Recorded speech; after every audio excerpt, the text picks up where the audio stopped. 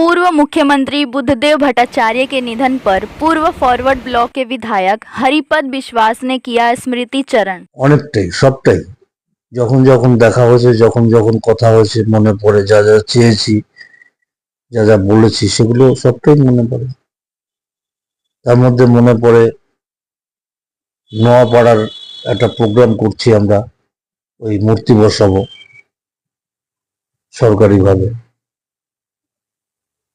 সেই প্রোগ্রামে এসপি একটু বাদ সাধলো না, ওইটা কনজেস্টেড এরিয়া, আর ওইখানে প্রোগ্রাম করা ঠিক হবে না। তো বুদ্ধবাবু আমাকে বললেন, ছাড়ো তো, আমি যাবই। অশোকবাবু আমাকে বলেছে এই প্রোগ্রামটায় যাওয়ার জন্য।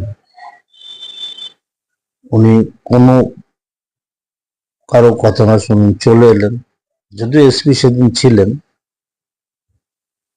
উনি ওনার বক্তব্য রাখলেন, মূর্তিতে মাল্যদান করলেন। উনি ছিলেন উদ্বোধক এবং যে ঘরে নেতাজিকে রাখা হয়েছিল সেই ঘরে উনি দর্শন করলেন এবং থানাও কিছুক্ষণ বসলেন, সব শুনলেন।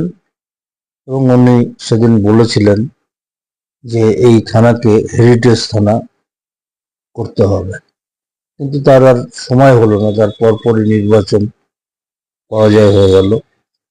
কিন্তু সে কাজটা হলো না। এবং ঐতিহাসিক এই জন্যই যে চটকল শ্রমিকদের মিটিং এ যাচ্ছিলেন গোলঘরে সুভাষচন্দ্র বসু, তখন নেতাজি হননি। সেই সময় এই চৌরঙ্গি থেকে গ্রেপ্তার হয়েছিল। সেই উপলক্ষে, সেই স্মৃতিকে লক্ষ্য করে এই অনুষ্ঠানটা। এটা একটা রবীন্দ্রভবনে উনি এসেছিলেন। উনি সব থেকে আর একটা আমাদের জেলার বড় ব্যতিক্রমী ঘটনা, যে এখন অনেকে মতুয়া মতুয়া করে, তখন এদেরকে কেউ অত জানতো না, এত লেখালেখি হতো না। সেই সময় বুদ্ধবাবু হরিচাঁদ গুরুচাঁদ পুরস্কার ঘোষণা করেন সরকার থেকে এবং সেটা সাফল্যমণ্ডিত করেন। এবং কপিল কৃষ্ণ ঠাকুর, তিনি পরবর্তীকালে তৃণমূলের এমপিও হয়েছিলেন, সে বারবার যেতেন আমার সাথেই, এবং গিয়ে এই কাজের নেতৃত্ব আমি দিয়েছি। রবীন্দ্র সদনে এই অনুষ্ঠানটা হয়েছিল, কপিল ঠাকুরকে পুরস্কৃত করা হয়েছিল। তারপর হরিচাঁদ গুরুচাঁদ ঠাকুরের নামে কলেজ স্থাপন করা নিয়ে উনি রাজি হয়ে গেলেন। 16 বিঘে জমির উপরে, যশোর রোডের উপরে উনি কলেজ এর অনুমোদন দিলেন। সে কাগজপত্র আমার কাছে আছে। সেই জমিতে উনি গিয়ে একটি সভা করলেন, মানে উদ্বোধনী সভা। কলেজের শুরু, সরকারি মহাবিদ্যালয়, কিন্তু সেদিন অনেক বাধা ছিল। হাবড়া, অশোকনগর, সমস্ত জায়গায় কালো পতাকা দেখানো হয়েছিল জ্যোতিপ্রিয় মল্লিকের নেতৃত্বে।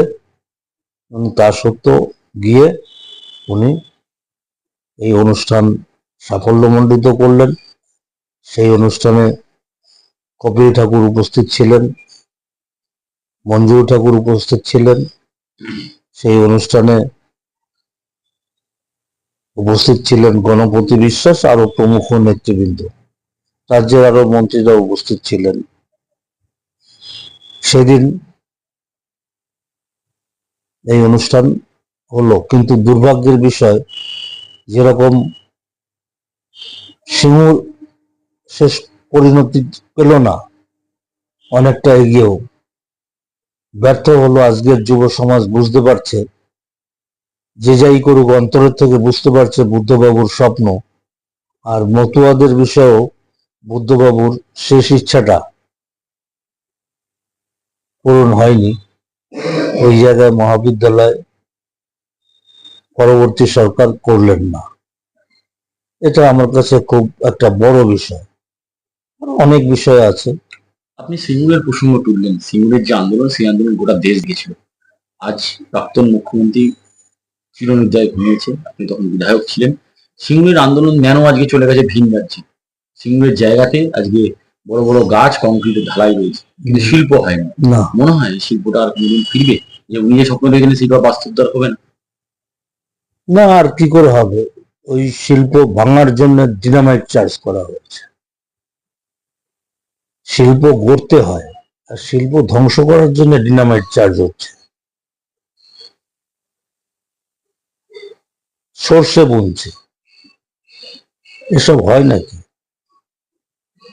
উনি আগে যেটা বলেছিলেন 10 বছর থেকে 15 বছর আগে, যে যুব সমাজ একদিন বুঝবে যে শিল্পের কি দরকার। উনি বলেছিলেন কৃষি আমাদের ভিত্তি, শিল্প আমাদের ভবিষ্যৎ। কৃষিতে আমরা সাফল্য এনেছি ব্যাপকভাবে, এখন শিল্প করতে হবে। বড় শিল্প না হলে অনুসারী শিল্প আসবে কি করে? উনি এটা বুঝেছিলেন, যার জন্য করেছেন। শুধু তাই নয়, ওই মিদনাপুরে, ঝাড়গ্রামে, ওখানে ওই কাদের কারখানা উদ্বোধন করতে গিয়ে ওনাকে উড়িয়ে দেওয়ার চেষ্টা করেছিল ডিনামাইট চার্জ করে। জাস্ট ওনার গাড়িটা বেরিয়ে এসছে, কয়েক সেকেন্ডের মধ্যে পিছনের গাড়িটা উড়ে গেল। নিশ্চিত মনে আছে। সেটাও একটা শিল্প করতে গিয়ে ওনাকে মারা হচ্ছিল, শহীদ করে দেওয়ার চেষ্টা চলেছিল।